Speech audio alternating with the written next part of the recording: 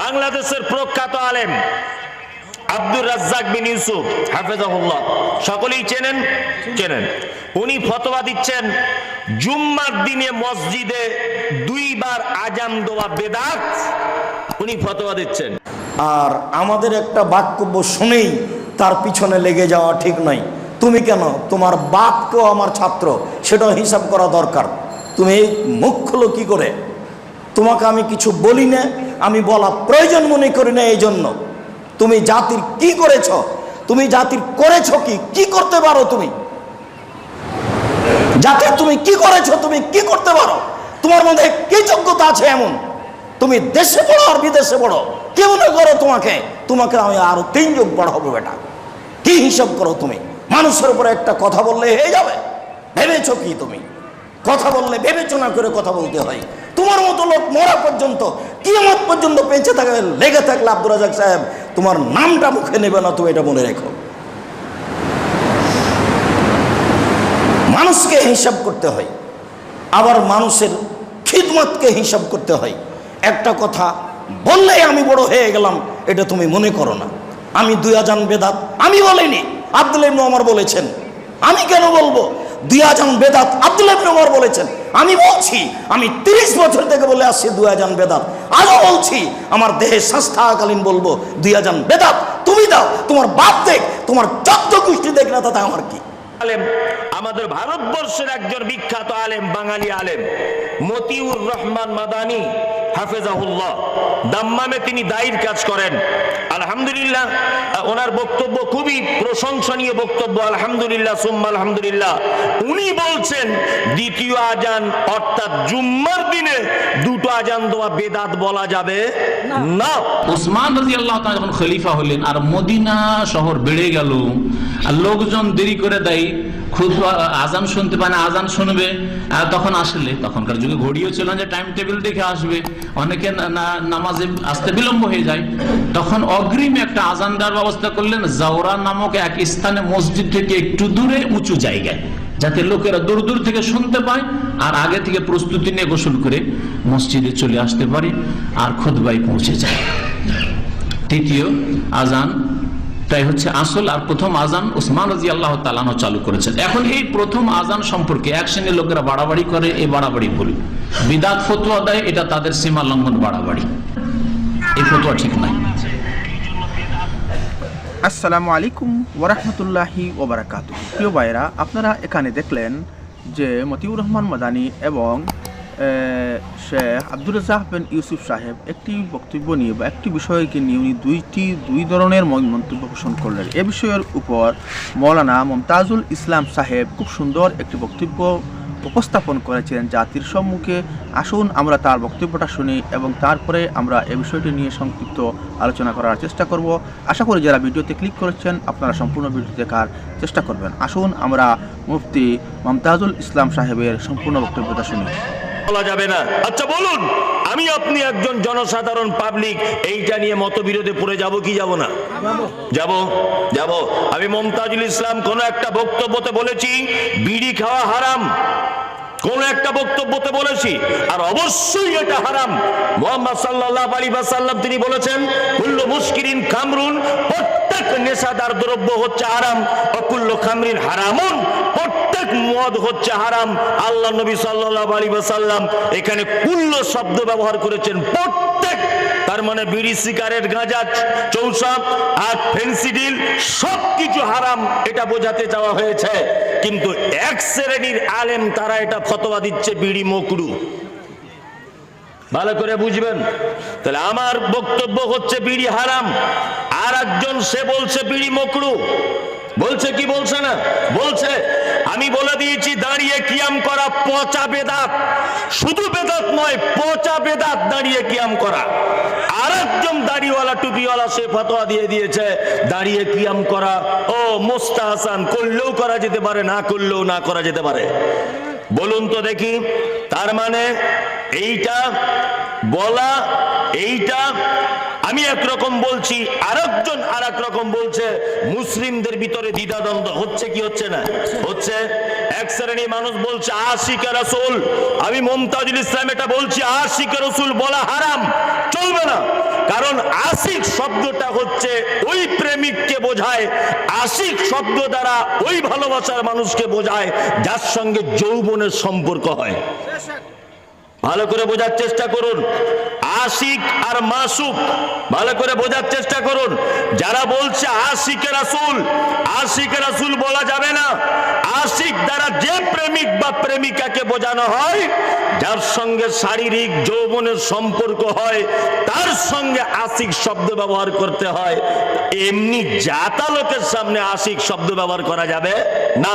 এ কথা আমি বলেছি, আরেকজন বলছে না এটা বলা যাবে। এই নিয়ে দ্বিধাদ্বন্দ্ব হচ্ছে কি হচ্ছে না? হচ্ছে। এ সমস্যা মেটাবে কে? আর মিটবেই বা কেমন করে? এর মেটার একটা সহজ লাইন হচ্ছে এই, খুব মনোযোগ দিয়ে বক্তব্যটা শোনার চেষ্টা করবেন। এক, আমি মমতাজুল ইসলাম, আমি একটা রোগের কারণে ডাক্তার বাবুর কাছে গেছি।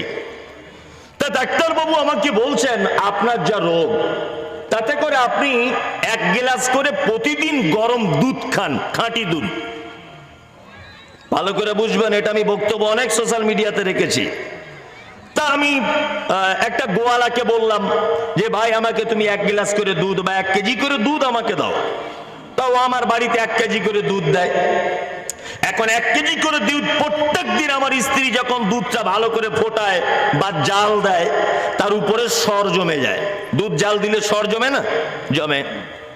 প্রথম 4-5 দিন সর জমলো, তারপরের দিন দেখছি আর জমে না। তা গোয়ালাকে জিজ্ঞেস করছি ভাই ঘটনা কি? আগে তোমার দুধে সর জমে যেত, এখন আর জমে না। গোয়ালা তখন বলছে 60 টাকা দুধ বেচে কি আর লাভ হয়? 40 টাকা খোলের কেজি। ওই জন্য প্রথমে আপনার কাস্টমার হিসাবে ধরার জন্য খাঁটি দুধ দিয়েছি। কাস্টমার ধরা হয়ে গেছে, এখন অর্ধেক কেজি পানি দিই, অর্ধেক কেজি দুধ দিই। ভালো করে বুঝুন। আমার স্ত্রী তখন বলছে তাহলে এর দুধ আর নিও না। আমি মাদার ডেয়ারি কিনতে গেলাম। মাদার ডেয়ারির প্যাকেটের উপরে লেখা আছে 100% খাঁটি। আমার মনে সন্দেহ হলো, কোন কোম্পানি যখন খাঁটি লেখে তখন বুঝে নিতে হবে যে ওতে ভেজাল হওয়ার সম্ভাবনা আছে, আর না হলে অন্য কোম্পানিতেও ভেজাল হয়েছে, তাই না? এরকম কোন একটা সম্ভাবনা থাকে। তা আমি ওতেও আর কি মনস্থির হলাম না যে না এ দুধ আর খাবো না। রেড কাউ কোম্পানির কাছে গেলাম। রেড কাউ কোম্পানির একই সিস্টেম। আমার এই খাঁটি দুধ খুঁজতে আমার টাইম হয়ে চলে গেল 1 মাস। পয়সাও খরচা হয়ে গেল প্রায় 6-7 হাজার, শুধু দুধ খুঁজতে খুঁজতে খাঁটি পেলাম না। আমি মমতাজুল ইসলাম কত বড় বোকা! খাঁটি দুধের সন্ধানে, খাঁটি দুধের সন্ধানে 5,000-6,000 টাকা নষ্ট করে দিলাম। যদি আমি মনে করি আর 2,000 টাকা দিয়ে একটা দেশি গাই গরু যদি কিনতাম, আচ্ছা বলুন তো খাঁটি দুধ পেতাম কি পেতাম না? সবাই বলুন পেতাম? পেতাম। তাহলে আমরা এত বড় বোকা, আমরা শুধুমাত্র খাঁটি দুধ খেতে রাজি সবাই, কিন্তু বাড়িতে গাই পুষতে কেউ রাজি না, তাই না? তার মানে অন্যজনের দুধ কিনলে ভেজাল হবে, এটা আপনাকে বুঝে নিতে হবে। তা আমরা এত বড় বোকা মুসলমান, আমরা সঠিক ইসলাম খুঁজছি, সবাই সঠিকটা যাচাই বাছাই করছি, কিন্তু আমরা একটাও কোরআন মাজিদের বাংলা কিনতে রাজি নয়। একটাও বুখারী, মুসলিম, আবু দাউদ, নাসাই, তিরমিজি, ইবনে মাজাহ, দারকুতনি কোন হাদিস এটা কিনতে আমরা রাজি নাই। আমরা বই পড়তে রাজি নাই। বড় আফসোস, বড় বেদনা, বড় দুঃখ এটা। একটা জলসাতে সমীক্ষা করলে দেখা যাবে 50 কুইন্টাল করে জিলাপি বিক্রি হয়, 30 কুইন্টাল করে বাদাম বিক্রি হয়, কিন্তু একটা সমীক্ষা করলে দেখা যাবে যে জলসাতে বইয়ের দোকানগুলো বসে 10 ঘন্টা বইয়ের দোকানদারি করার পরেও একটাও বাংলা কোরআন বিক্রি হয় না। এ জাতি কোশ্চিন কালেও পরিত্রাণ পায়? কোশ্চিন কালেও পরিত্রাণ পাবে না। তোমার পক্ষে দিশি বাদাম খোঁজা সহজ, তোমার পক্ষে জিলাপির ভালো মন্দ বোঝা সহজ, তোমার পক্ষে সঠিক ইসলাম বোঝা সহজ হতে পারে না। জলসা শুনতেছে যে 2 কেজি বাদাম কিনে নিয়ে বাড়ি যাচ্ছে, কেন বাদাম জীবনে খাওনি? জলসা শুনতেছে 1.5 কেজি জিলাপি কিনে নিয়ে বাড়ি যাচ্ছে, জিলাপি জীবনে চোখে দেখোনি? কই একটা বাংলা কোরআন কিনে নিয়ে যেতে পারছো না যে বাড়িতে গিয়ে একবার পড়ে দেখবো আল্লাহ কি বলেছে, নবী কি বলেছে? বাংলা কোরআন মাজিদ কারা পড়েন? আছে বাড়িতে? ওসব নাই। হ্যাঁ, বাড়িতে হারমোনি রেখেছো বাজাবে, কিন্তু কোরআন পড়বে না। এই তো অবস্থা আজকে সারা পৃথিবীতে। মুসলিমদের যত বিপর্যয়, মুসলিমরা যত চ্যালেঞ্জের সম্মুখীন, তার একটাই কারণ, এই কিতাব থেকে আমরা দূরে সরে এসেছি। তাই একটাই কারণ। লজ্জা করে না আপনার? আপনি জানেন না আপনি বেঁচে থাকা অবস্থাতে বাবরি মসজিদ 500 বছরের একটা ঐতিহ্য সারা ভারতবর্ষের, সেই ঐতিহ্যকে ভেঙে চুরমার করে দিয়ে 22শে জানুয়ারিতে রাম মন্দির নির্মাণ করা হলো, উদ্বোধন করা হলো। তার মানে আজকে নিচে থেকে উপর পর্যন্ত জেনে গেছে সারা পৃথিবী যে এরা সেই মুসলমান নেই, এরা আবু বকরের মতো নয়, এরা ওমরের মতো নয়, এরা উসমানের মতো নয়, এরা শুধুমাত্র গরুর গোশত খাওয়া মুসলমান। যারা জেনে গেছে এটা, এই জন্য এদের সুবিধা হয়েছে বাবরি মসজিদ ভেঙে দেওয়ার। আবার সোশ্যাল মিডিয়াতে দেখতে পাচ্ছি আবার আপনার তাজমহলটাকে অ্যাটাক করার চিন্তা ভাবনা করছে। সব একটা একটা করে সব হাতছাড়া হয়ে যাবে। তার একটাই কারণ, সেটা হচ্ছে এই জিনিসটাকে ছেড়ে দেওয়ার কারণে। আল্লাহ মুহাম্মদ সাল্লাল্লাহু আলাইহি ওয়াসাল্লাম তিনি বলেন, তারাকতু ফি আমরাইন, তারাকতু ফিকুম আমরাইন লাম তাযিল্লু মা তামাসসাকতুম বিহিমা কিতাবুল্লাহ ওয়া সুন্নাতে রাসূল। পৃথিবীতে তোমরা অতদিন পর্যন্ত শিরদাঁড়া উঁচু করে থাকবে, অতদিন পর্যন্ত পৃথিবীর শ্রেষ্ঠ জাতি হিসাবে তোমরা থাকবে। পৃথিবীতে তোমরা লাঞ্ছিত হবে না, অপমানিত হবে না, যতদিন পর্যন্ত তোমরা দুটি জিনিসকে আঁকড়ে ধরে থাকবে। এক, কিতাবুল্লাহ, আল্লাহর কিতাব। দুই, সুন্নতে নববী। এই দুইটা জিনিস যতক্ষণ পর্যন্ত তোমরা নিজের বুকে ধারণ করবে, ততক্ষণ তোমরা পথভ্রষ্ট হবে না। এই দুটো ছেড়ে দিলেই সারা পৃথিবী তোমাদের কাছ থেকে আস্তে আস্তে করে চলে যাবে। তার বাস্তব প্রমাণ, বাস্তব প্রমাণ নয়, বাস্তব। ওই জন্য বিনীত অনুরোধ, সব জায়গাতে জলসা করতে যাচ্ছি, গোলাম মোস্তফা ভাই হয়তো আবার রাগ করতে পারেন না, হাবিব মোস্তফা, তাই তো? উনি হয়তো মনে মনে রাগ করবেন যে আপনাকে এনে বিপদ হলো। খুব ভালো মানুষ, আমাকে খুব ভালোবাসেন, আলহামদুলিল্লাহ। ওনার জন্য দোয়া থাকলো, আল্লাহ ওনাকে ক্ষমা করে দিক, আমিন।